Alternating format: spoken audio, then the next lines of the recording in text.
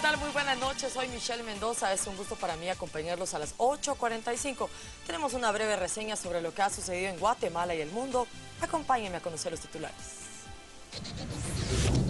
Azúcar de Guatemala presenta los titulares.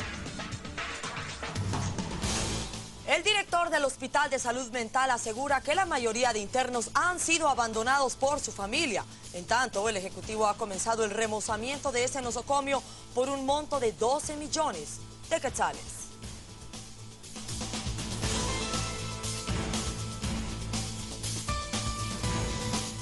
9 presuntos pandilleros fueron capturados por las fuerzas de seguridad en Chimaltenango tras un enfrentamiento armado. A los detenidos se les vincula con 18 asesinatos cometidos en ese departamento.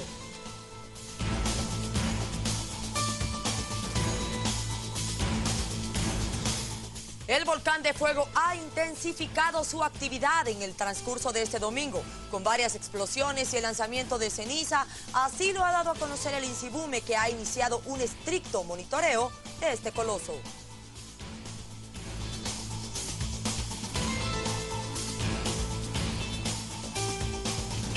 Hablemos de noticias internacionales. Miles de personas se congregaron en la capital de Estados Unidos para exigir reformas contra la violencia policial.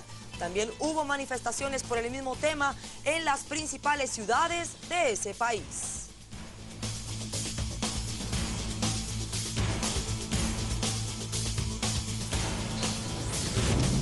Azúcar de Guatemala presentó los titulares.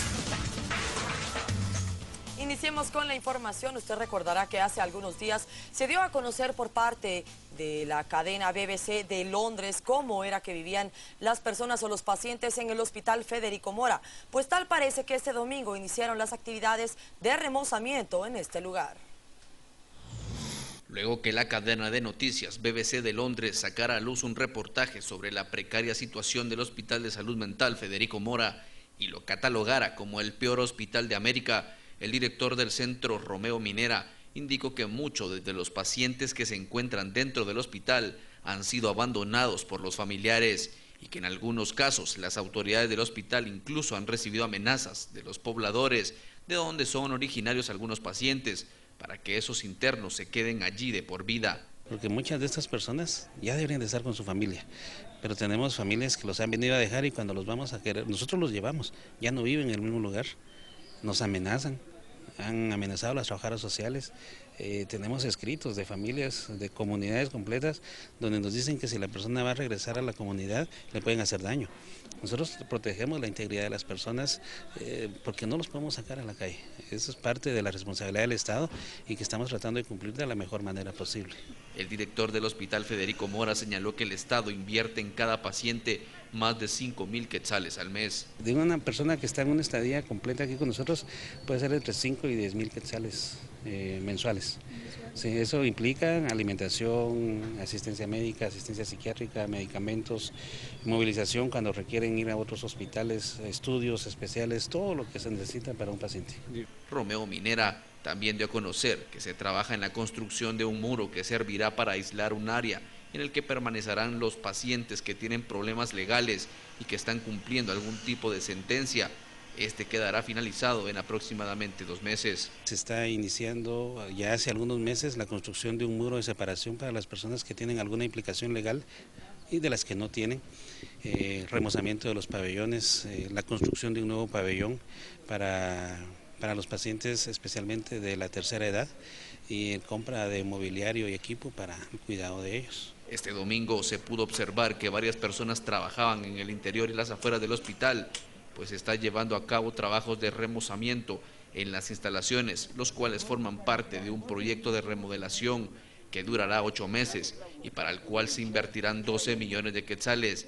Esto luego de las declaraciones de la vicepresidenta Roxana Valdete al señalar que el hospital es re bonito. Desde hace ya algunos meses se ha venido trabajando en el hospital, haciendo mejoras en la infraestructura y pues hay que trabajar y hay gente del ministerio, de planta central, de varias unidades y gente del hospital trabajando porque nuestro interés es mejorar las condiciones del hospital. Y Y a un par de semanas que finalice este 2014, resulta que la Procuraduría de Derechos Humanos está capacitando a una serie de jóvenes de todo el país con el propósito de dar cara a las elecciones para este 2015. La defensora de la juventud, Vanessa Ramos, dio a conocer que la Procuraduría de los Derechos Humanos ha iniciado el proceso de capacitación de la Red Nacional de Voluntariado en Derechos Humanos, con el objetivo que la juventud se involucre en la protección de los mismos. En total, participaron más de 100 jóvenes, en el cual estarán dando acompañamiento durante 4 meses en el trabajo que hace la PDH. Según la defensora, se buscan jóvenes universitarios que colaboren en las 35 auxiliaturas y 16 defensorías. El objetivo principal desde la Defensoría de la Juventud y la Procuraduría de los Derechos Humanos es propiciar un espacio de participación para la juventud, en donde puedan ser actores activos y promotores de cambio dentro de la ciudadanía. Los voluntarios pueden realizar acompañamiento en los procesos de las denuncias que hay, y también esa es una modalidad de voluntariado, pero también va a haber otras sobre observación electoral y otras sobre atención en momentos de emergencia. Se espera que para el próximo año inicie el proceso de capacitación de voluntariados, que se desarrollará en 2 modalidades.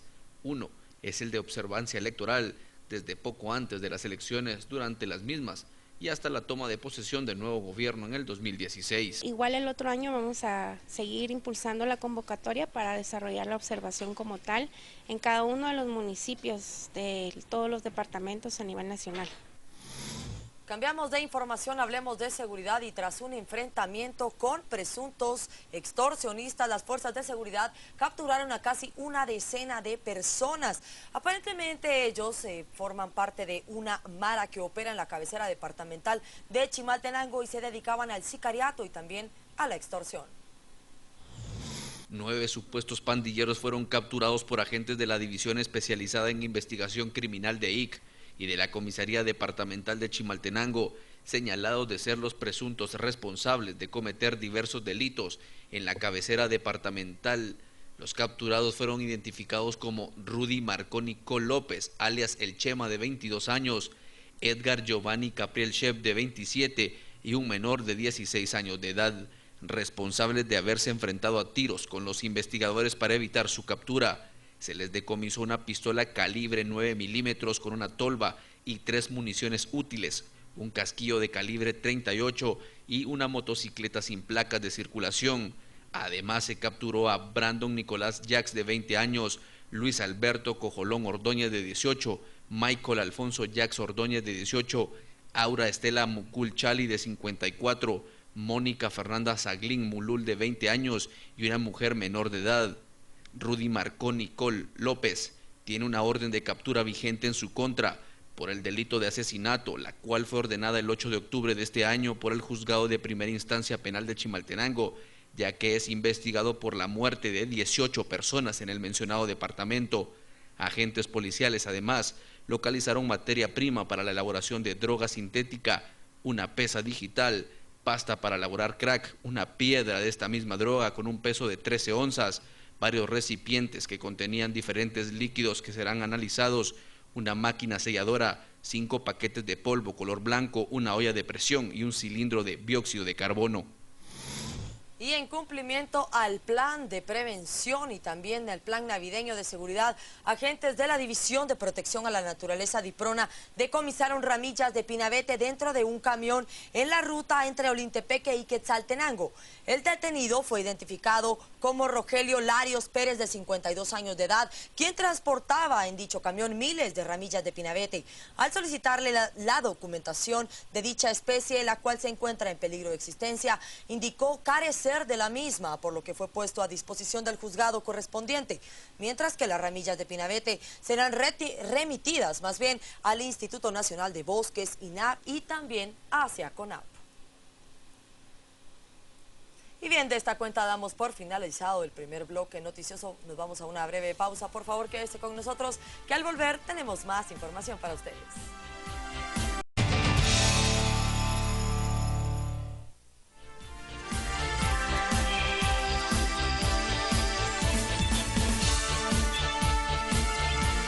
Muchísimas gracias por continuar en sintonía de Canal Antigua. Seguimos con más información de Guatemala. Hace un momento le dábamos a conocer cómo casi una decena de personas fueron capturadas en Chimaltenango. Sin ir muy lejos, acá en Villanueva del departamento de Guatemala, también se capturó a 3 hombres señalados de ser los responsables de por lo menos una decena de asesinatos.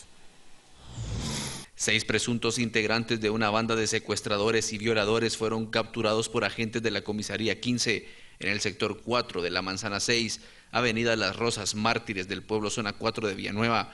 Los detenidos son Anderson Alexis López González, de 22 años, alias El Canche, Maynor David Pineda Ávila, de 24, alias El Chupete, y César Augusto Boché, de 32, alias El Boxer.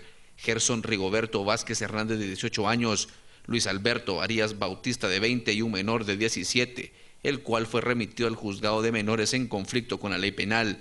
Estos individuos son sindicados de haber secuestrado el día 12 de diciembre a una menor de 14 años, a la cual la llevaron a una casa cercanías de un barranco donde abusaron sexualmente de ella. Al momento de su captura, se le decomisó 6 teléfonos celulares, 2 onzas de marihuana, un arma tipo pistola marca Jericó con una tolva y 11 cartuchos útiles, una mini Uzi sin tolva y sin cartuchos y 3 tolvas para fusil, las cuales usaron para intimidar a los agentes policiales al momento de su aprehensión.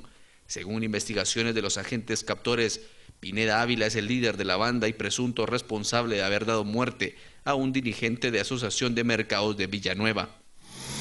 Cambiemos el orden de información. El INSIBUME ha dado a conocer que en las últimas semanas el volcán de fuego ha mantenido un alto rango de explosiones con abundante ceniza. Este volcán mantiene explosiones de débiles a fuertes y lanzamiento de ceniza a gran altura. En las últimas horas se observaron al menos 38 explosiones en el cráter principal que lanzaron columnas de ceniza de hasta 4.600 metros sobre el nivel del mar.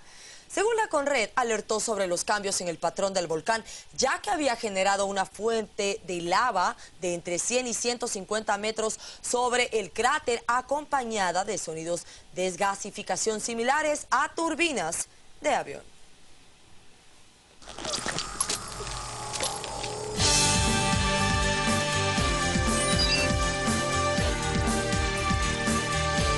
Iniciemos con la información internacional con Estados Unidos. Una multitudinaria manifestación en la capital de Estados Unidos puso final a las medidas de hecho en contra de la discriminación y los abusos por parte de la policía de ese país. 50 años después de que el Congreso de Estados Unidos redactara sus grandes y admiradas leyes contra la segregación racial, una nueva ola de indignación alcanzó este fin de semana la orilla del Capitolio en Washington. El motivo fue el cansancio por la violencia policial que en los últimos meses se ha cobrado la vida de 5 afroamericanos y contra un sistema judicial que castiga a la minoría negra. Miles de personas llegadas de todo el país marcharon por las avenidas de la capital hasta el Congreso, donde reclamaron a los legisladores allí reunidos para aprobar la ley presupuestaria, reformas efectivas para que la Constitución sea igual para todos, como proclamó el reverendo afroamericano Al Sharpton, líder de la National Action Network, una de las organizadoras de la protesta. La manifestación de Washington congregó a los familiares de víctimas como Eric Garner, Michael Brown, Tammy Rice, Akai Gurley y Trayvon Martin. Desde un estrado abarrotado en medio de una intensa emoción y rabia contenida no lejos de la Casa Blanca, todos ellos reclamaron justicia. Esta no es una marcha de la gente negra contra la gente blanca. Esta es una marcha de los americanos por los derechos de los americanos. No pedimos nada extravagante, solo que se aplique la ley y la Constitución, de igual manera para todos, proclamó Sharpton. La protesta de Washington, que congregó a miles de personas llegadas en autobuses desde Nueva York, Nueva Jersey, Delaware, Maryland, Carolina del Norte, Florida y otros estados, no fue la única. En ciudades como la propia Nueva York, Boston, San Francisco y otras también hubo concentraciones como culminación de la denominada Semana de la Indignación. La celebrada en Manhattan fue una de las más concurridas. Y de Estados Unidos trasladémonos ahora hacia Brasil, en donde decenas de policías salieron a las calles en una de las principales ciudades de Río de Janeiro con el propósito de protestar por los recientes asesinatos en contra de sus compañeros oficiales. Policías de Río de Janeiro realizaron este domingo una protesta en la famosa playa de Copacabana, en la elegante zona sur de la ciudad, para exigir medidas de contención a la violencia que viven sus propios efectivos de seguridad. En lo que va del año, más de 100 policías fueron muertos en el estado de Río de Janeiro, la mayoría cuando se encontraba de Franco. Familiares y colegas de trabajo colocaron cruces negras en la arena de la playa junto con fotografías de los policías asesinados. Durante la manifestación, un grupo de policías militares entregó una carta a la población con 8 reivindicaciones, entre ellas la necesidad de declarar como delito horrendo a cualquier acto cometido contra la integridad física de los policías y sus familiares, así como un amparo mayor a los parientes de policías muertos y la posibilidad de que la gente mantenga el arma de la fuerza incluso cuando esté de descanso. Queremos también que sean blindados los contenedores de unidades de policía pacificadora, porque muchos policías están muriendo en estas unidades. La canina aquí en la calle está blindada. ¿Por qué el contenedor que está dentro de la comunidad o favela no lo está? Preguntó la cabo Flavia Lousada, que coordina el grupo La Vida del Policía es Sagrada como toda vida. La policía agregó: Lousada protesta para que la población tome conciencia de que el problema de la muerte de policías ya no es un problema de la policía. Si nosotros, que somos pagados para proteger al ciudadano, morimos, ¿cómo proteger si nosotros mismos no estamos siendo protegidos?, preguntaban los manifestantes. Dirigentes de la OPEP aseguran que la abrupta caída en los precios del petróleo se debe a especulación. Sin embargo, aseguran que no se disminuirá la producción de esto mismo. Las alarmas que se empiezan a encender en algunos sectores por la aguda caída del precio del petróleo no han calado en la Organización de los Países Exportadores de Petróleo OPEP, que este domingo atribuyó a la especulación una parte importante de esta depreciación y avanzó que no se plantea subir la producción para empujar los precios en el mercado, aunque el crudo siga a la baja en los próximos 3 meses.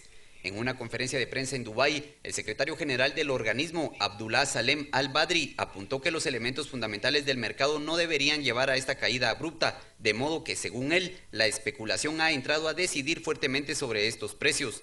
El crudo de referencia estadounidense, West Texas, y el de Europa, el Brent, se están pagando al nivel más bajo desde 2009, a $58 y $63 el barril respectivamente, lo que supone una caída acumulada del 40% desde el verano. La ralentización de la demanda por la debilidad económica global y el aumento de la oferta de Estados Unidos gracias al desarrollo de la técnica de la fractura hidráulica o fracking han lastrado el precio, pero pese a esta presión, la OPEP decidió en su cumbre de Viena el pasado noviembre que la cuota de producción seguirá en los 30 millones de barriles diarios y esperarían que los mecanismos del mercado contrarresten el desplome de los precios.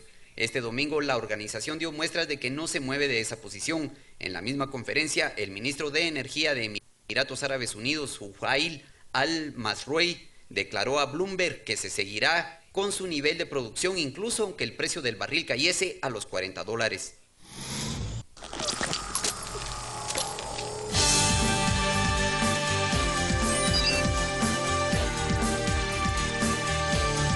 Y bien, de esta cuenta damos por finalizada la noticia. Les recomendamos estar pendientes. Nos vamos a una breve pausa y al volver tenemos a los mejores columnistas de nuestro país. Se trata de Juan Luis Font, Paola Hurtado, Claudia Méndez y Pedro Trujillo, quienes debatirán el tema más importante de la semana. Así es que no se lo pierdan. Por mi parte me despido. Los veo el próximo lunes en Los Enlaces desde las 6 de la mañana. Descansen.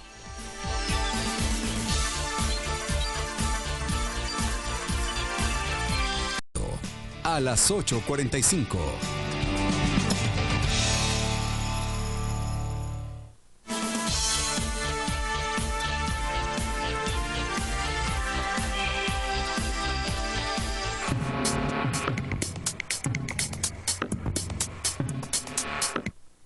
Buenas noches, bienvenidos. Domingo 14 de diciembre a las 8:45. Es un gusto estar con ustedes. Mi nombre es Juan Luis Font. Claudia Méndez Arriaza, bienvenida. Gracias, Juan Luis. Buenas noches. Teníamos como 5 meses de no estar juntos los 4, ¿verdad? Paola Hurtado. Entre vacaciones, viajes. Está exagerando, por eso Paola. dice, mi nombre es Juan Luis. Si no me recuerdas. Porque no me recuerda. Tenía que haber dicho, yo soy Juan Luis aquí de regreso. No, pero aquí los únicos que nos fuimos de vacaciones fuimos Pedro y yo, ¿verdad? A mí no me metas, nos fuimos no me metas en juntos. viajes y feriados que los repartí. O vais las dos chicas y nos quedamos aquí dando la cara Juan Luis y yo, o de vez en cuando... No, pero yo escuché que Pedro también se había ido de vacaciones? Yo salí en el mes de noviembre en un viaje de trabajo al Medio Oriente y salí en otro viaje de trabajo a El Salvador hace apenas unos días. Al Medio Oriente, pero aquí los estamos. 2 medios enteros. Eso. Yo sí salí de vacaciones y no me avergüenzo de reconocerlo. Aquí estamos al pie del cañón. Yo no con salí y gusto. sí me avergüenzo. Me doy pena. Con gran gusto de discutir los temas más relevantes ocurridos a lo largo de la semana y por supuesto discutir un poco sobre los temas que están por venir en los siguientes días. Vamos a arrancar, mire usted, la BBC de Londres, la gran televisión pública británica, ha hecho público un reportaje televisivo que puso en gran vergüenza al gobierno de Guatemala. Se trata de un reportaje que refleja las condiciones tan negativas en las que se desenvuelve en el Hospital de Salud Mental Carlos Federico Mora, que está en la zona 7 de la ciudad de Guatemala. Lo que hicieron quienes produjeron este reportaje para la BBC fue camuflarse como miembros de una organización que iba a ofrecer una ayuda al hospital, una ayuda en términos económicos, con recursos para el hospital, y así lograron algunas declaraciones del director de ese hospital que resultaron verdaderamente escandalosas para muchas personas. El Hospital de Salud Mental en Guatemala ha tenido una larga historia de desatención, subfinanciamiento y sobre todo falta de trato apropiado para los enfermos. Si a eso se suma que en ese mismo hospital se encuentran personas que son reclusas, son presidiarios y que han sido enviados ahí por encontrarse en condiciones de enfermedad mental o de de alguna condición mental, pues simple y sencillamente el tema se convierte en un asunto bastante más complejo y complicado. Esta semana se han producido una serie de discusiones en torno a lo ocurrido en el Carlos Federico Mora y la vicepresidenta de la República, hacia el final de la semana, ofreció unas opiniones que terminaron convirtiéndose en escarnio para ella misma. Escuche usted esas declaraciones. El lugar es re bonito. El problema es que fueron a meter ahí porque a la par está los privados de libertad de zona 18. Entonces agarraron un pabellón prácticamente para que todos los que tenían problemas legales y que aparecían en una detención los iban a poner ahí. Pero no solo ponen escándalo a la vicepresidenta, también al propio hospital. Vimos esas imágenes, de bonito no tiene nada. Al Estado en términos generales lo pone en aprietos el hecho de que se haga evidente que no le presta atención a sus enfermos mentales. Eso por un lado. Pero por el otro lado, a la vicepresidenta la pone en una condición, en un predicamento muy complicado, el hecho de ofrecer esas declaraciones respecto a que es un sitio re bonito. Si yo puedo decir algo, a mí me parece que a la vicepresidenta, con cada vez más frecuencia, se le toman a broma o se hace burla de lo que ella dice, porque me parece que no comunica apropiadamente. A pesar de ser ella una comunicadora profesional, me parece que emite declaraciones que son francamente torpes. Yo creo que ese torpes. Por ejemplo, esa es su gran tara. Decir, en lugar de decir por la memoria de mi madre muerta, decir por la vida de mi madre muerta, me parece que es una torpeza, es un lapsus en términos de declaración verbal. En esta ocasión, yo pienso que sus declaraciones... Este no fue un lapsus.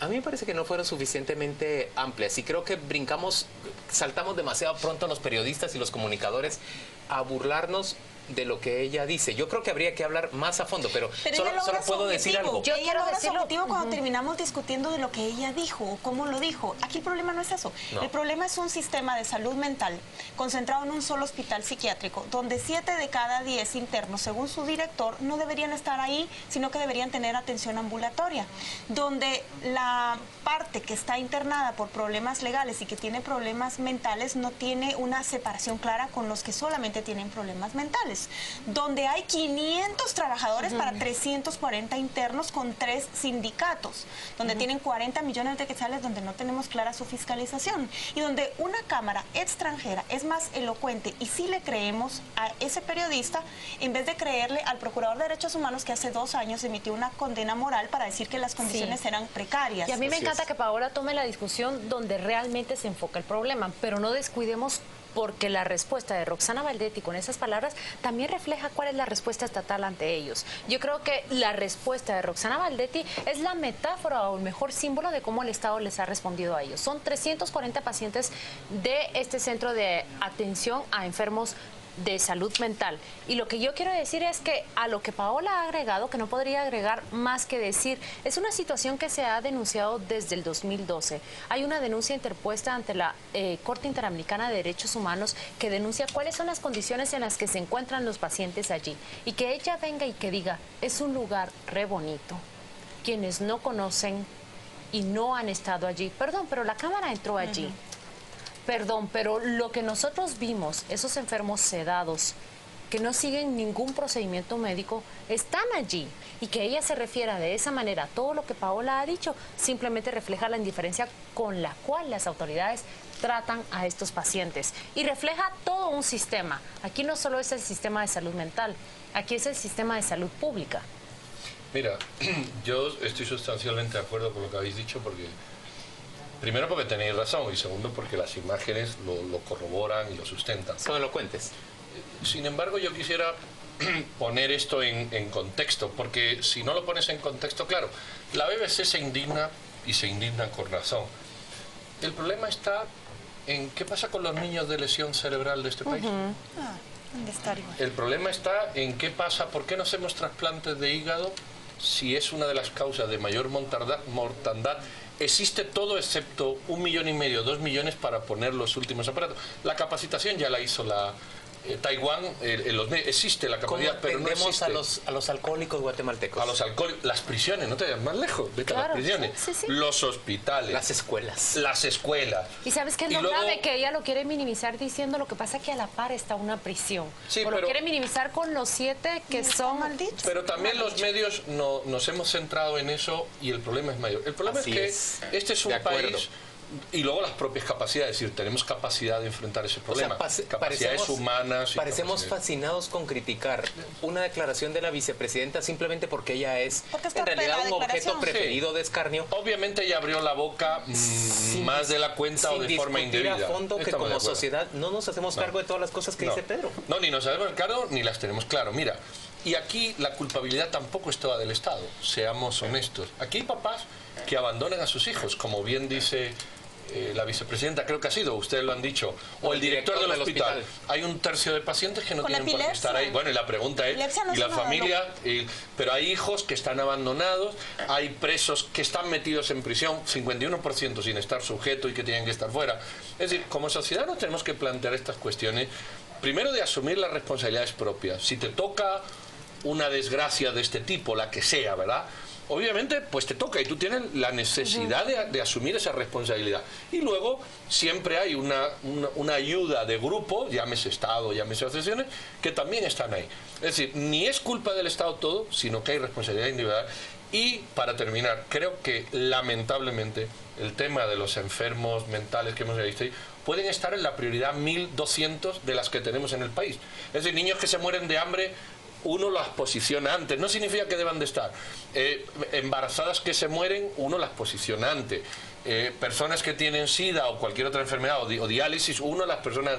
Entonces, los enfermos mentales, ¿a quién le importan realmente? ¿Sabes cuándo nos importan o indirectamente les ponemos atención? Cuando hay casos como alguien que cometió una masacre, un asesinato en estado de emoción violenta, una mujer que se tira del puente con su hijo recién nacido porque no recibió antidepresivos. Pero no hay que descuidar que estos son los momentos que sirven de oportunidad para mostrar la crisis en la cual nos encontramos. Yo quiero decir aquí algo, Juan Luis, yo de verdad comprendo y creo que puedo hacer la diferencia entre un lapsus lingüe y entre una equivocación, y no solo de verdad, ni siquiera me quiero burlar de las declaraciones de la vicepresidenta, pero sí quiero hacer hincapié en que sus palabras reflejan poca sensibilidad y poca identificación con los pacientes y con las familias que tienen a alguien que padece de salud mental. Yo no me estoy burlando de ella, simplemente creo que una comunicadora, como es ella de profesión, debe tener más cuidado de sus palabras, y una equivocación no se compara a revelar ausencia de sensibilidad y de identificación y empatía. Personal. Dime. Te voy a contar que es un poco personal. Yo tengo una hija con lesión cerebral. Si tú vas andando por la calle, no puedes. porque nadie se ha preocupado que hay personas que no tienen capacidad de subir y bajar la acera. ¿Y cómo te sienta que alguien venga y diga? Pero hay algo peor, que te lo voy a decir al final, y yo el otro día llamé la atención a una persona, y la seguiré llamando. Son los parqueos. Algo tan sencillo. Tú vas a los centros comerciales y hay parqueos que ponen para discapacitados y para embarazadas. Cualquier anormal profundo, que así hay que denominarlo, porque no tienen conciencia y son ciudadanos con pleno ejercicio de derechos y lo utiliza porque le viene del norte el problema del otro. Entonces ahí es donde yo hago hincapié. Dices, bueno, lo que la vicepresidenta revela es justamente eso. Punto? Pero ¿quieres que te diga algo? Valga la comparación, y creo que la vicepresidenta aplica en esa comparación. Absolutamente. Sería de las que se estaciona en los parqueos para alguien que necesita ese espacio, con las palabras pero que ha dicho. Navidad no me estoy eso. burlando. Y entonces, como yo tengo prisa, yo el otro día le dije a una señora, mire señora, ¿usted tiene alguien con lesión cerebral? Y se avergonzó y quiso salir. No salga, yo me voy. Pero piénselo. Es decir, esto no es por gusto, esos parqueos, esas calles, esos pasos de peatones. Los cometen los mandatarios desde siempre. Lo cometía Berche, Colón, Otto Pérez Molina, Roxana Valdetti, Sandra Torres, cuando asumen ese rol de voceros de su gobierno. Pero ellos tienen ministros de salud, tienen directores hospitales, y no tienen el detalle de la información que no lo comenten. Que hablen de políticas de salud, y yo creo que lo trivializamos, cuando lo ponemos en la figura de Roxana Valdetti. Miren, esta sociedad en términos generales no ha asumido la necesidad de integrar un Estado que responda a necesidades colectivas. Lo que está diciendo Pedro, en términos generales, hay ciudadanos que en nuestro país requieren de un trato diferenciado y especial. Eso no significa ser discriminativos, no, es que significa igualarlos frente al resto de la... que haga las aceras derechas ya sobra. Pero señores, en cualquier sociedad del mundo hay una serie de personas que por encontrarse en ciertas circunstancias mentales necesitan estar recluidos, y uno debe admitir que no a todos los podrá atender su familia y que es necesario que una institución pública les atienda, que les atienda con dignidad, con decoro, que les diferencia de quienes se encuentran presos o recluidos por razones legales y quienes se encuentran simplemente enfermos. Además, que no les pongan 3 enfermeras por pabellón, como nos explicaba Paola, el director Minera del Hospital de Salud Mental, que les coloquen 10. A mí me parece que el reportaje que ha publicado o que ha transmitido la BBC de Londres ha sido muy positivo porque nos obliga a los guatemaltecos a discutir sobre este tema. Pero me da un poco de vergüenza que sea con ocasión. Yo he visto que la prensa guatemalteca ha cubierto este asunto y que ha pasado desapercibido para el resto. Es hasta que la ciudadanía no le interesa. Desde fuera con vergüenza. Que el Procurador de Derechos Humanos señala este asunto, que la Corte Interamericana de Derechos Humanos exige medidas precautorias para esta institución y no se cumplen. Entonces, ahí me parece a mí que es donde nosotros debemos fijarnos. Así como nos fijamos en eso, volteen a ver escuelas públicas. Miren, a mí me encanta que mis hijos vayan a una escuela, a un colegio, en donde pueden aprender 2 idiomas extranjeros, desarrollar aptitudes de razonamiento lógico vía la matemática, en donde puedan aprender a leer cosas, aunque no lean demasiado, donde puedan desarrollar, digamos, gusto literario. Todo eso me gusta. ¿Por qué el resto de mis compatriotas, de los hijos de mis compatriotas, no habrían de tener, si no todo lo que obtienen mis hijos, un estándar mínimo? ¿Por qué esta sociedad piensa que hay unos poquitos elegidos y que el resto no debe existir? No, señores, es que ahí es donde está nuestra reflexión de fondo. La señora Valdetti, es cierto, habla con mucha torpeza y se hace acreedora de una serie de burlas y de escarnio. Pero yo pienso que la reflexión va mucho más allá y que los periodistas nos quedamos en la superficie. Sí, pero yo creo que yo lo que quiero aprovechar es que con ocasión de las declaraciones de ella nos fijemos en eso. Hay ahí alguien que nos está diciendo que qué curioso que con las declaraciones de ella se desvían los temas de atención. Es un poco concurrente. Mira, no te vayas más lejos. Las personas ancianas que en teoría tienen acceso a los buses, no tienen acceso a los buses. Sencillamente no tienen carnet, no se sabe quiénes son, los buses no ponen... Es decir, como sociedad nos importa un bledo una gran cosa mayoritaria. Las cosas minoritarias es que ni siquiera las contemplamos. No videntes, personas con diálisis, no existen. Somos una sociedad con tanto... No existe. Pero te digo algo, lo que tú dijiste es que toca tus sensibilidades hasta que alguien muy cerca de ti se topa frente a eso. Estás en una silla de ruedas empujando a un familiar y te das cuenta que hay 20 gradas y que tienes que llamar a 2 sujetos para que carguen a ese familiar tuyo. Entonces tú te das cuenta. Y por eso es que a mí me chocan las palabras de la vicepresidenta Roxana Baldetti. Hasta que nos da vergüenza que en Londres vean cómo tratamos a nuestros enfermos, ¿verdad? Porque aquí ya todos lo sabemos, pero qué pena que lo vean los extranjeros. Vamos a la pausa comercial. El espejo. Volvemos dentro de muy poco.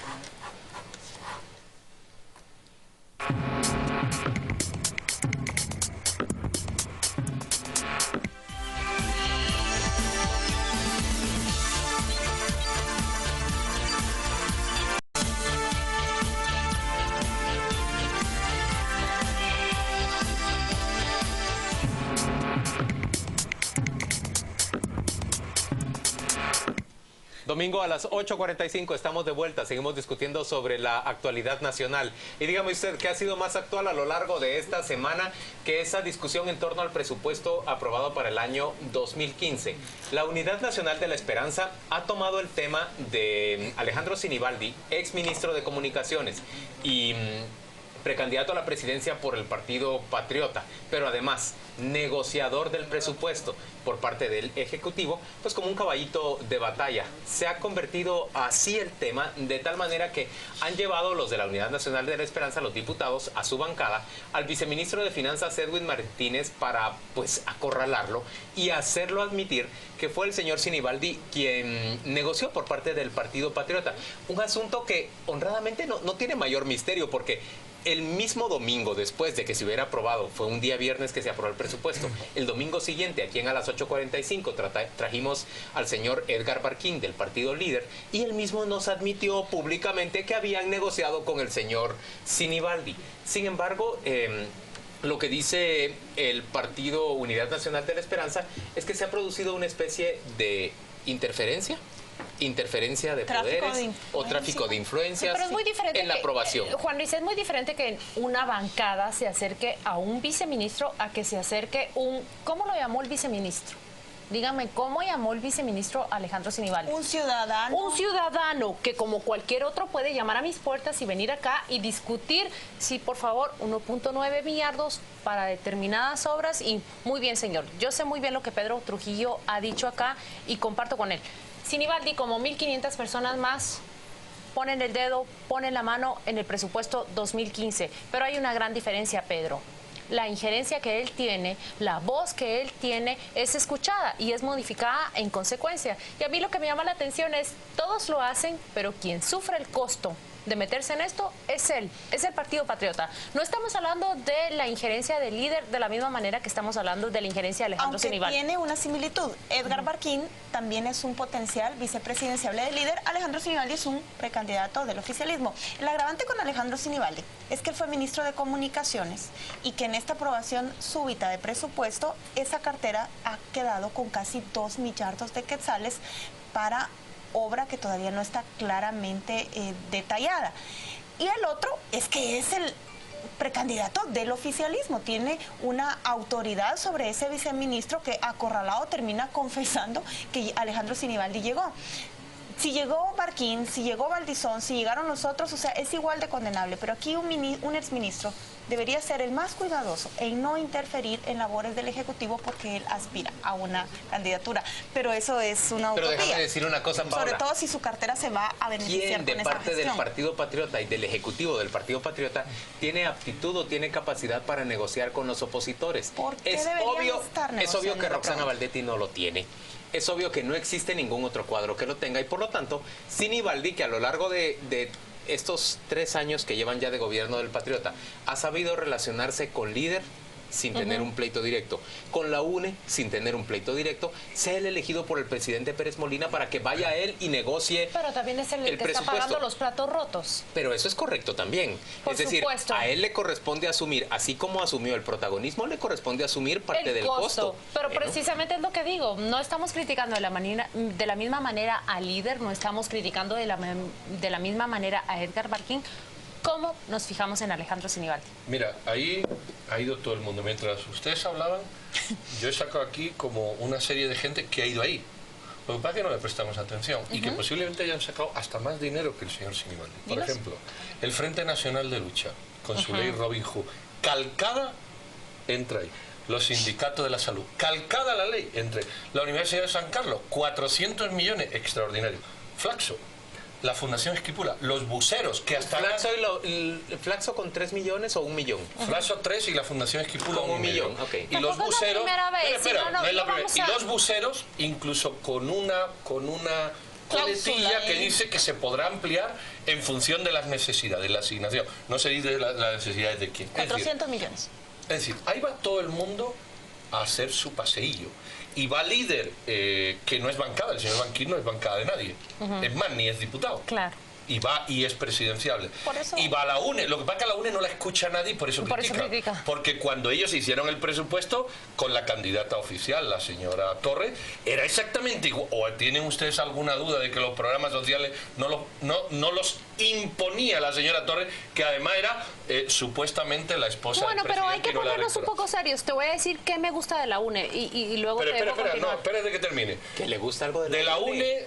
La UNE lo que está que diga qué le gusta de la UNE. Sí, no, lo va a decir. La UNE lo que está es quejándose por ser la única bancada que no ha metido la cuchara, que es exactamente la misma queja de cuando PP y Líder eligen a los magistrados. Ese es tu prejuicio, porque en el fondo tú planteas que no puede existir políticos que tengan, digamos, una posición legítima de defensa de los derechos pueden existir, pero espérate. No existe. No, sí pueden existir, pero la UNE gobernó 4 años, que no vengan con pajas ahora. Es decir, que la UNE no hubiera gobernado y me hubiera dicho algo, a lo mejor me lo creo, pero que la UNE, como manejó el presupuesto 4 años, me venga a mí ahora a dar lecciones de moral, discúlpame, no se la acepto ninguno de los que hay. Claramente está fuera porque es chiquita. Bueno, en este entonces no le hacen caso. Entonces, ¿qué ha visto la UNE? ¿Qué ha visto la UNE? Una millonada para Líder, una millonada para el PP y su candidata frustrada porque no puede competir. ¿Dónde se ha metido la URNG? ¿Se ha metido WINA? ¿Se ha metido todo? Entonces se ha metido todo el mundo. Entonces yo no veo esto más peor, valga la frase, más peor que lo que lo han hecho los demás. Los demás han hecho su huichazada y este ha hecho la suya, que es exactamente como se hace la Hablando con cinismo, yo pienso que para la UNE ha sido muy beneficioso quedar afuera del reparto. Lo digo porque en realidad la UNE... No ha sido beneficioso, pero le sacó beneficio. La UNE le está sacando ahorita muchísimo beneficio y le va a sacar más. Sabe hacerlo, Imagínense ustedes, si como están diciendo las empresas telefónicas, realmente desaparecen gracias a la aprobación del presupuesto y la creación del impuesto para la telefonía, desaparecen las recargas de menos de 15 quetzales, desaparecen los teléfonos más baratos, desaparecen la triplicación y duplicación de saldo, desaparecen los teléfonos... Vamos, que lo vas a pagar tú y los yo. Teléfonos y que desaparecen los impuestos recaudados. permiten solamente recibir llamadas y no emitir llamadas durante 3 meses. Se hace más corto el tiempo de aire que te venden las telefónicas y que todo eso se le endilgue al partido de gobierno y al partido líder, a la UNE le beneficia muchísimo. Bueno, yo voy a hablar en un grupo bien chiquito. No sabemos lo que le gastaba Claudia de la UNE. Y lo voy a decir sin ¿Cuánta cinismo? gente tiene el nivel de entendimiento de esa o de interés en esa huizachada, diría Pedro, que hicieron en el Congreso? ¿Qué tanto rédito le pueden sacar fuera de la cupulita capitalina que le interesan esos temas? Yo creo que cuando a la gente se le acaben las recargas telefónicas de menos de 15 quetzales, sí se le no puede van a sacar. estar consciente que es una negociación entre Patriota y Si Líder. lo logra comunicar Líder apropiadamente, puede causarle daño a Alejandro Sinibaldi.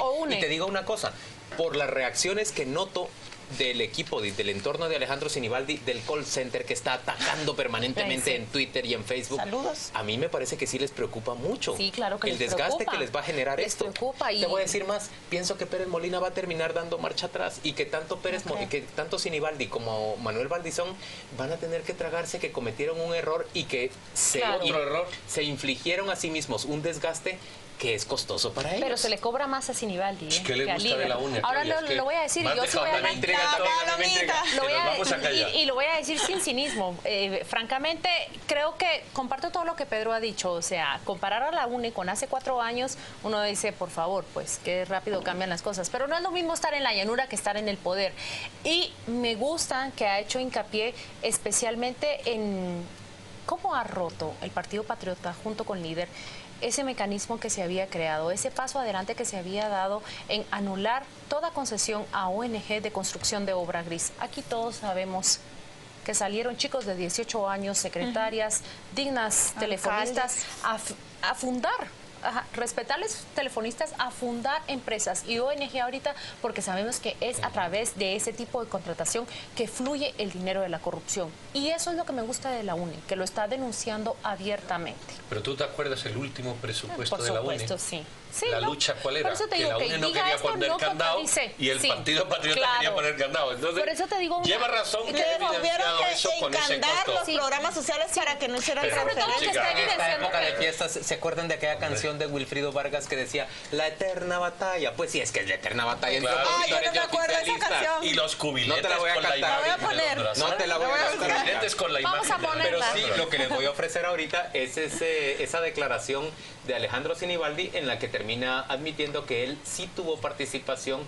No tenemos ese audio en este momento, pero estoy buscando la eterna batalla de Wilfrido. Pero a lo mejor vamos a tener esa y se la vamos a dejar al público. Bueno, pero yo creo que ustedes pueden compartir eso conmigo de la UNE, que también les gusta de la UNE, que ha hecho... Me gusta, pero no se pueden dar baños de pureza. Me parece que es válido, pero no... Lo digo con esa salvedad, que comparto todo lo que Pedro dice. Más dos cosas, y ya Juan lo iba a decir. Ya lo has dicho 1000 veces, pero lo voy a volver a decir. Uno, la llave que permitió esto de WINAT y URNG, pero eso ya hemos hablado. Sí.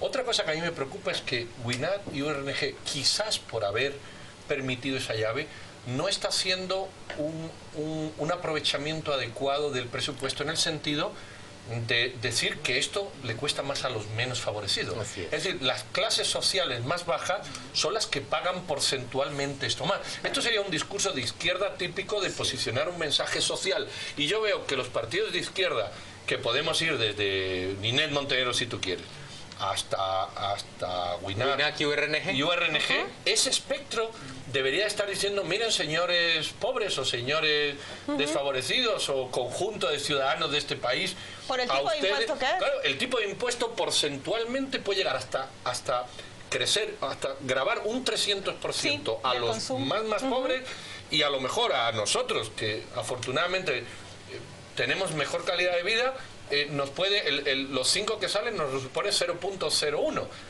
Pero yo no veo que esta izquierda esté asumiendo este mensaje. La pregunta es, ¿por qué?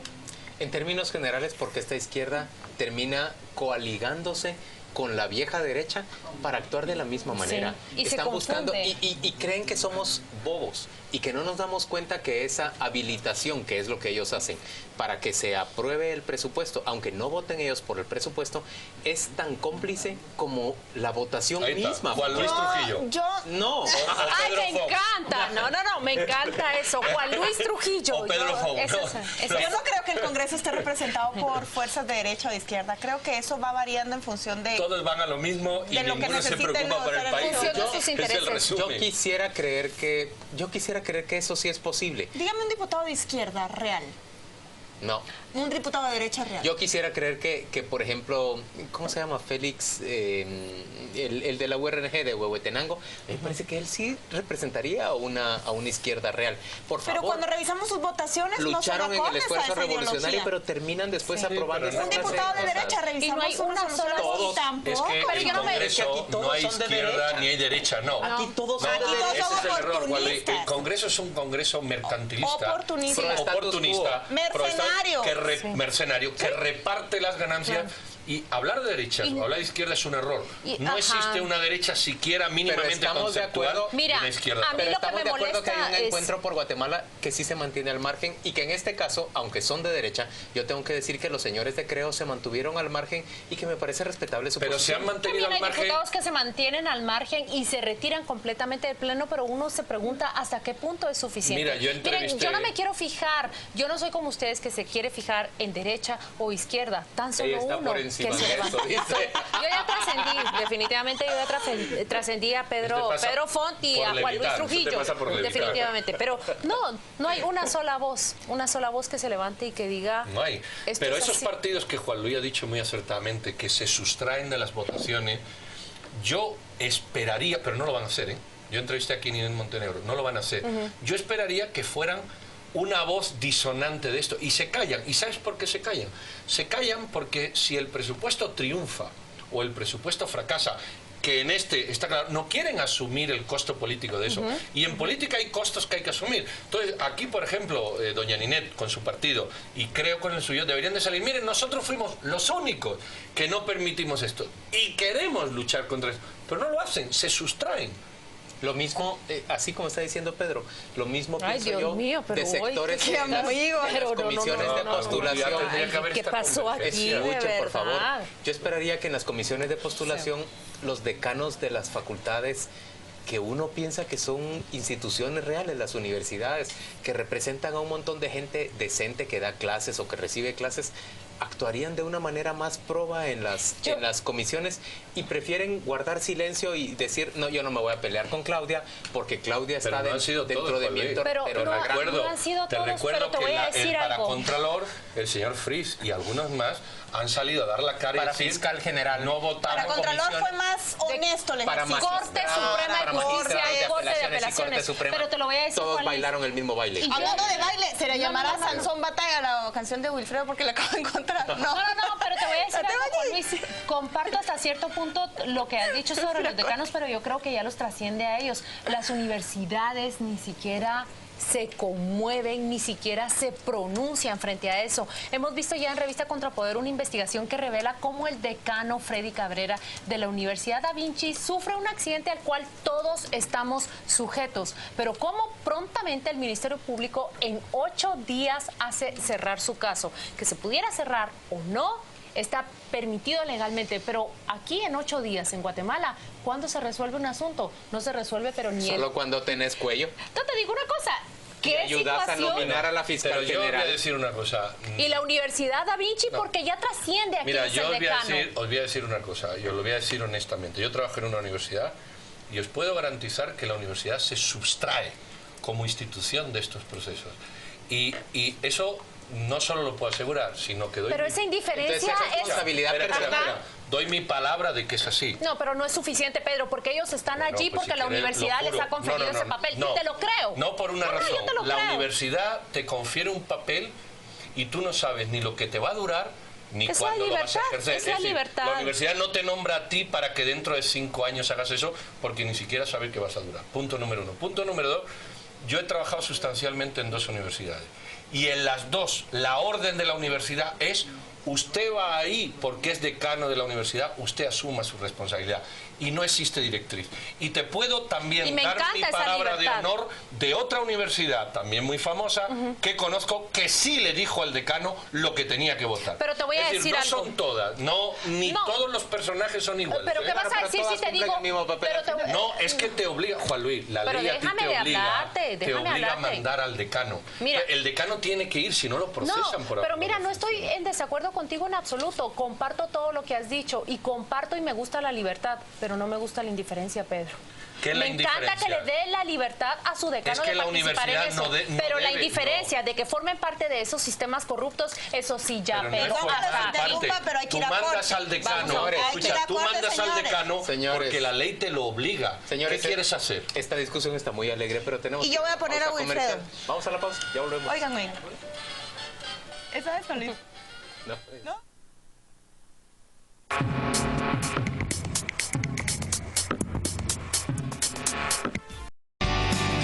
Estamos presentando a las 8:45.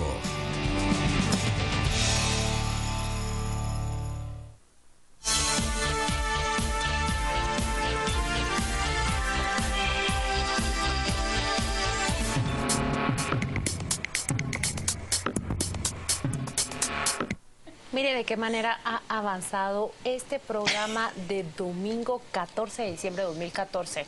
Los presentadores que entramos no son los que están saliendo. Ahora hay un Pedro Font y un Juan Luis Trujillo. Usted ha sido testigo de esto, pero ahora vamos a... Y una que está por encima de las ideologías. Y hay una que trascendió a toda la derecha y a la izquierda. Pero ahora vamos a pasar a temas mucho más serios y a usted le va a interesar. Las cifras que a continuación voy a decirles. Son 6 millones de líneas lo que las empresas telefónicas han devuelto a la Superintendencia de Telecomunicaciones y ha sido consecuencia de ese nuevo impuesto que ha acuñado el presupuesto 2015. 5 quetzales por cada línea concedida. 6 millones ya fueron devueltas. Haga usted sus sumas. 6 por 5 son prácticamente 30 millones devueltos. ¿Cómo se va a financiar ese presupuesto si prácticamente se empieza a quedar coja esa mesa?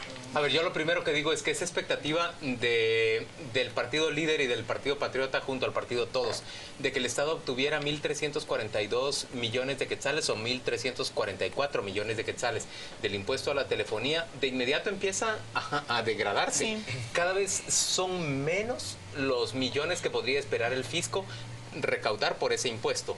Según nos ha dicho las empresas telefónicas en su conjunto a lo largo de esta semana, yo entiendo que son 530 millones lo más que podría aspirar a obtener el gobierno y muy probablemente eso se reduzca a 320 millones de quetzales. Esto es realmente un golpe muy duro para las expectativas de cualquier gobierno, pero eso en términos generales para fertilizantes de la oposición también, en año electoral. Pero no alcanza sobre todo para financiar un presupuesto que fue tasado por mucho más de lo que el Estado va a tener. Yo veo ahí pero no es un problema nuevo, es un problema que se arrastra y francamente no. Veo como un reacomodo de la oferta de servicios que no tiene un impacto en lo que se está ofertando ahorita. Simplemente son líneas que estaban ociosas y no quieren que les represente pago.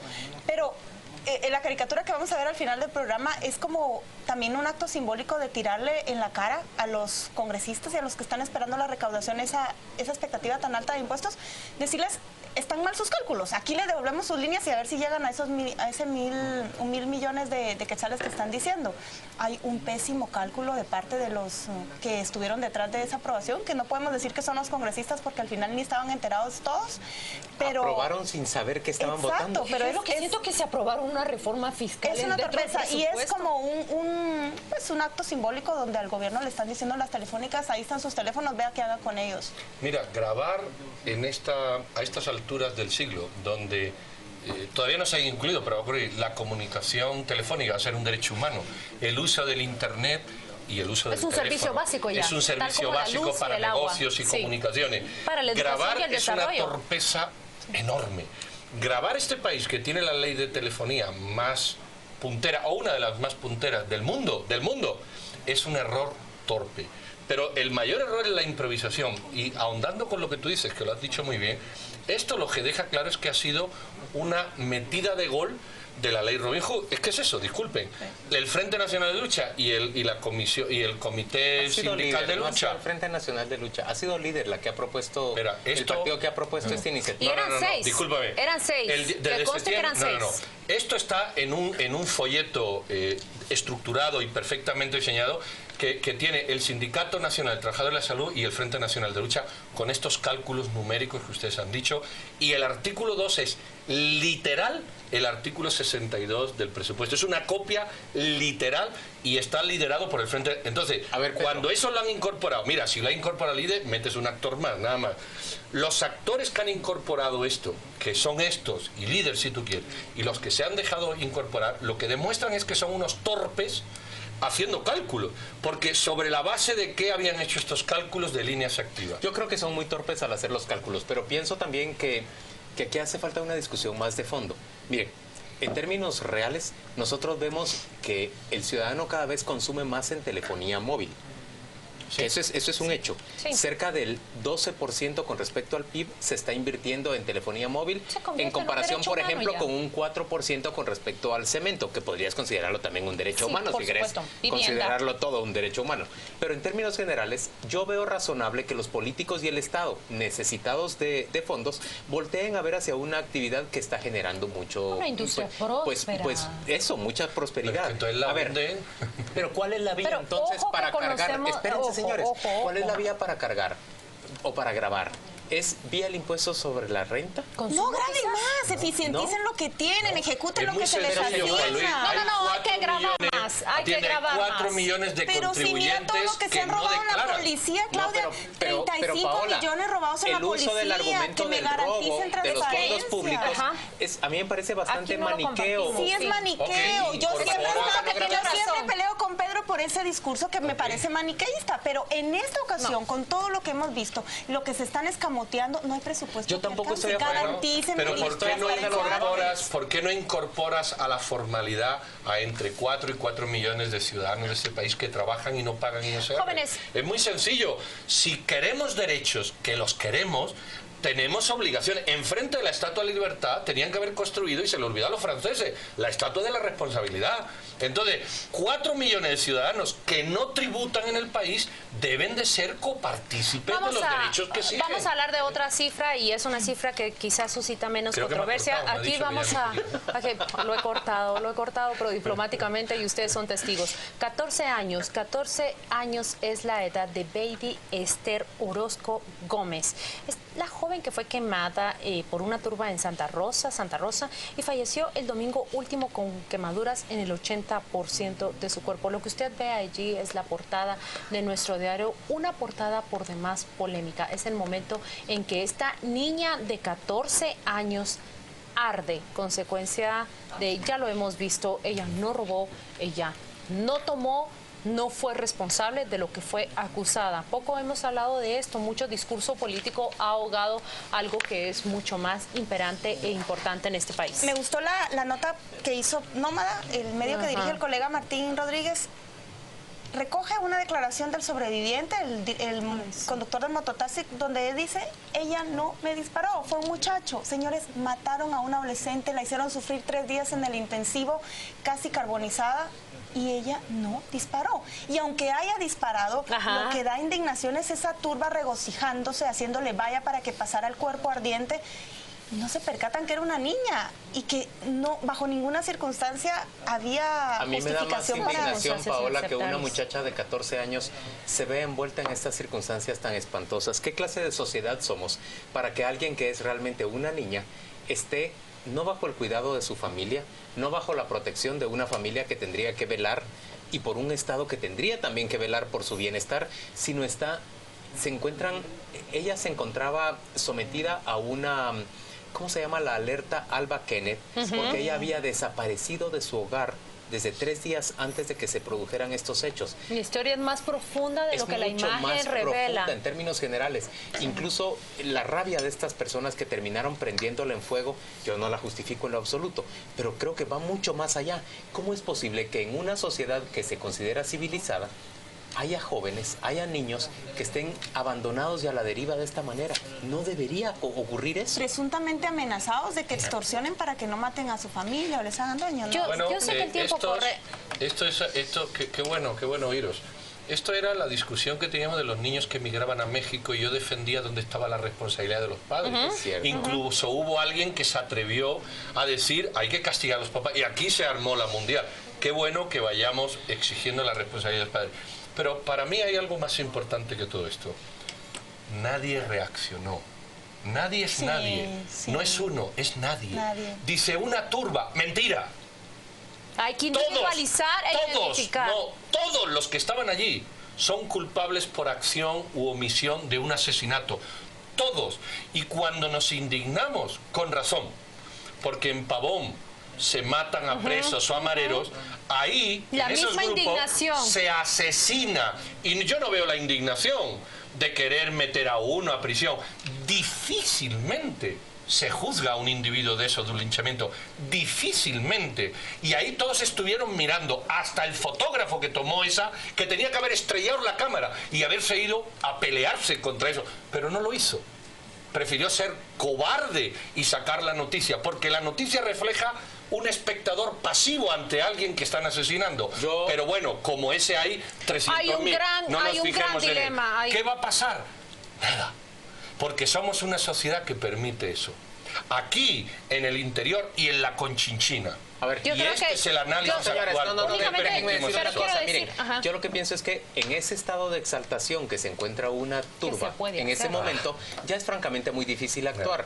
Yo no puedo de ninguna manera condenar al fotógrafo, al contrario, celebro que haya tomado esa imagen y que nos provoque esta discusión que hoy es tan valiosa. Y ojalá nos indignara tanto, de verdad. Va más allá, bajemos al fondo. Somos una sociedad que las personas se encuentren francamente solas y abandonadas. Hay una cifra cifra más que presentar, Claudia, y tiene que ver con algo muy positivo de, pues eso tiene que ver de una con, guatemalteca. Y una historia radicalmente opuesta. Y también se trata de una niña. Le llaman la niña de Guatemala ya y su nombre es Carla Herrarte.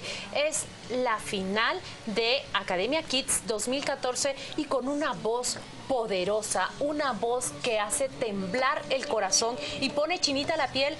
Esta niña ha ganado el primer lugar de ese concurso que se da en vivo cada sábado. Ha cantado y se ha impuesto sobre todos los competidores y es ahora una, ¿cómo dijéramos? Una aplaudida nacional. Una aplaudida, se ha convertido en un héroe, es la conversación de las redes sociales y ha llenado de mucho entusiasmo a los guatemaltecos. Yo creo que más que aplausos no hay nada más que decir. Yo solo quiero presentar rápidamente la portada de la revista Contrapoder de esta semana. ¿Qué vas a decir? A ver, nuestra productora nos está diciendo. Yo quisiera hacer un contrapunto bastante desagradable, pero hace tiempo que lo quiero decir. ¿Por qué a los niños que pica piedra le llamamos explotación de niños y a los niños que salen al circo, cantan, hacen teatro, cine, enriquecen a los padres, le llamamos artistas? No, solo es una pregunta que me hago. ¿Hay explotación en esas cuestiones infantiles que vemos muy grandes? Pregunto, versus lo otro, porque hemos visto películas de niños que han sido explotados, que han terminado en la droga, que han muerto para regocijo de los papás.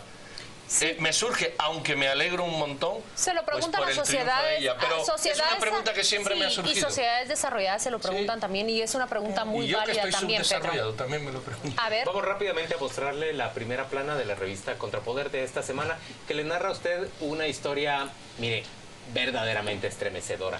El señor Haroldo Mendoza, quien se encuentra ahora aprehendido por el Estado de Guatemala y se encuentra bajo acusación, realmente desarrollaba una política de terror en Izabal y en una parte de Petén. Se trata de una familia intocable que ha sido, por acción de la Comisión Internacional contra la Impunidad, verdaderamente aprendida y solo parcialmente desarticulada. Le dejamos con esa información. Le instamos a leer, por supuesto, la revista que se encuentra en todos los puntos de venta y nos despedimos este domingo. Le deseamos que descanse usted mucho y que el día de mañana arranque la última semana hábil del año, porque la semana entrante cuentos, ya no vamos a trabajar mayor cosa. Le deseamos que tenga aquí también mucha hago yo fuerza. una excepción. A ver, ella sí va a trabajar con toda la fuerza. Gracias por acompañarnos, que descanse.